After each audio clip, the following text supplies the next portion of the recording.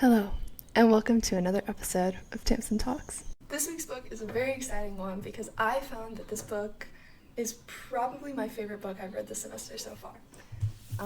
For this project, I chose The Song of Achilles by Madeline Miller, and it is told through the perspective of Achilles' right-hand man as Achilles fights in the Trojan War.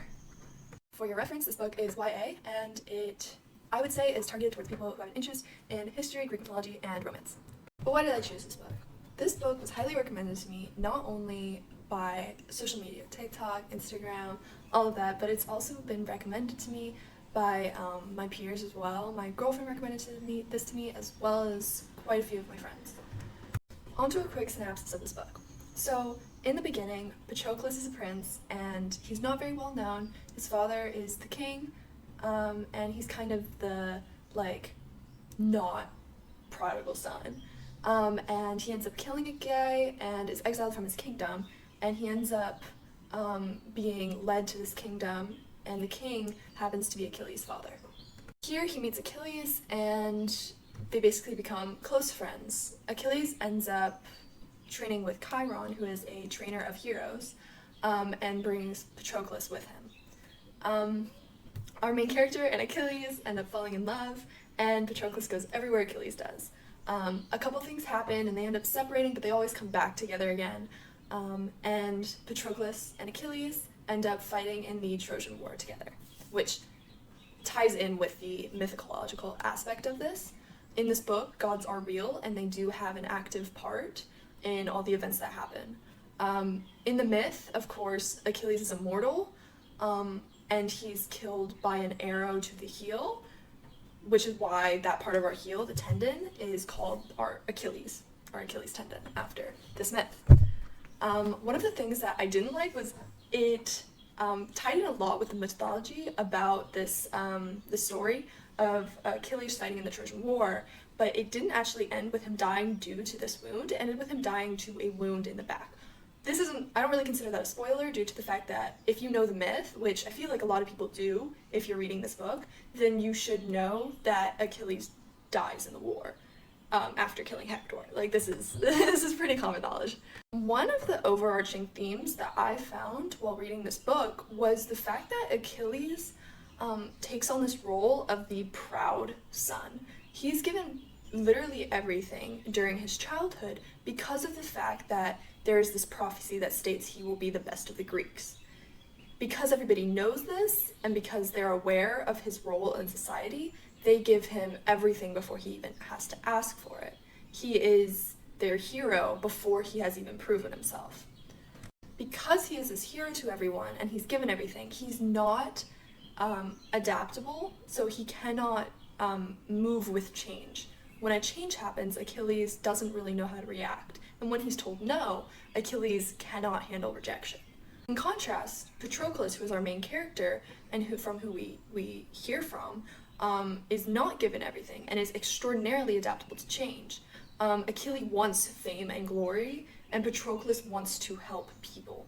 Achilles is doing things for himself, and Patroclus is making sure that he can do everything in his power for other people. For example, when they're training with Chiron teaches them things about the woods and how to hunt, fish, do medicine, and that is something that Patroclus focuses on, medicine. Eventually Achilles is like, hey, can you train us in fighting? And Chiron is like, yes, show me what you got. And they both do, and Achilles is perfect because he's the best of the Greeks. And Patroclus is not. Chiron asks, hey, do you want me to continue to train you? And he's like, no, I do not want to fight. I don't want to hurt people. He killed a person beforehand, but that was due to self-defense. He has no intention of hurting or killing anybody. This ends up being a very overarching theme throughout the book. Achilles is rejected or embarrassed by someone and ends up taking it out on people because he doesn't know how to handle that rejection. And this comes into play in the end when Achilles is offended by Agamemnon, who is the king, but does not bow a knee to Achilles. Agamemnon has the numbers and has the army, but without Achilles, he cannot win the Trojan War. Because of this, Achilles expects him to bend a knee to him, and Agamemnon does not. Achilles' refusal to help after Agamemnon refuses to bend his knee to Achilles leads to a number of Agamemnon's soldiers dying off because they no longer have Achilles to defend them. Patroclus, seeing this happen and being this nice, caring character for everyone else, goes to Achilles and says, hey, please help these people. They need you. They cannot win without you. And Achilles' pride just overwhelms him, and he can't help the people. Throughout this novel, you are under the impression that these two it's them against the world. If they don't have anybody else, they have each other. Achilles has abandoned his wife, abandoned his child, killed so many people for Patroclus. And Patroclus has fairly done the same for Achilles, has gone against the gods for Achilles. You are under the impression the entire book that it is what they do for each other that really matters to them in the end. And so when Achilles refuses Patroclus's begging for him to help win the Trojan War, it's a very stark scene in this book. We aren't used to this rejection of Patroclus from Achilles, and so it's one of those scenes where it's just extraordinarily tense, which I really enjoyed. It's an amazing book, and I love seeing the relationship dynamics. I just feel like in a lot of books nowadays, they don't actually show kind of they're mad at each other for this reason, and they didn't quite show Patroclus being upset, but he immediately went, okay, if you're not going to do this, this is what I'm going to do. And it will make you mad, but it's what I feel like I have to do, because you won't. It's a battle of morals between Patroclus and Achilles, and this does stem from the fact that Achilles has pride and Patroclus has love for the world, and those are exact opposites.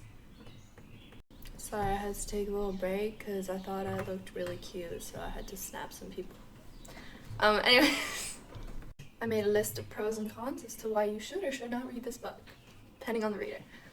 Pros. Great imagery. This book goes into a lot of detail on scene, setting, time, place, etc.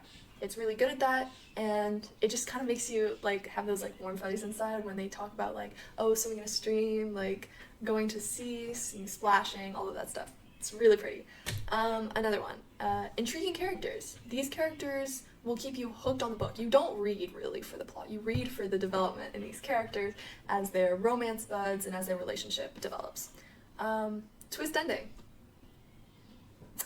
They got me there. I knew Achilles was gonna die, for sure. I did not see that the last 2 chapters.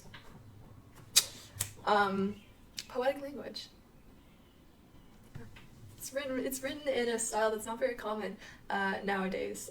Obviously, it's not poetry, but it does have this kind of more old-fashioned style to it, which I personally really like. The more modern, they take out their iPhone and they snap people. It doesn't really do it for me, I won't lie. Cons. It's slow at times. Now, this didn't really affect me too much because I've read much slower books, which I've finished. I've actually done a talk on that. Go look at that. But I've heard from my peers who have read this book that they found it very slow. And so I do feel the need to mention that because I don't want anyone to read this book thinking that it's going to be fast-paced or normal-paced and then come up thinking that it's boring because of how slow it is. I thought it was an alright pace, but I have heard from a lot of people that they found it extraordinarily slow. It had a weird last chapter. Throughout the book, the main character, Patroclus, was alive and well, and in the last chapter he was not so alive and well. And because of this, and because of the fact that it was in first person for all of it, the last chapter, which wasn't still in first person, but with the main character as a spirit and not as a able-bodied person, was a little more challenging and unnerving to read. I found it weird for me to read, oh, I looked at my decaying corpse, I found that a little unsettling. I didn't quite love that, and I found it a little difficult to read compared to the other chapters. Yeah. So the question you've been dying to know the answer to, do I recommend this book? Yes, I absolutely do, 100%. I think that this book is not a required read, like it's definitely towards a certain type of reader, but I think it's very, very well written, and I think that it is well worth your time to read. It's around 360 pages, I believe, and it took me around 4 days to read. I'm a pretty quick reader, so it might take you longer, but it didn't take me too long, and I really enjoyed it, and it definitely made a lot of my friends cry at the end, and so I think that any book that is meaningful enough for you to make you cry is worth a read to other people. But that's my opinion. Anyways, thank you so much, and It's the end of my Tamsin Talks. See you next time. Mwah.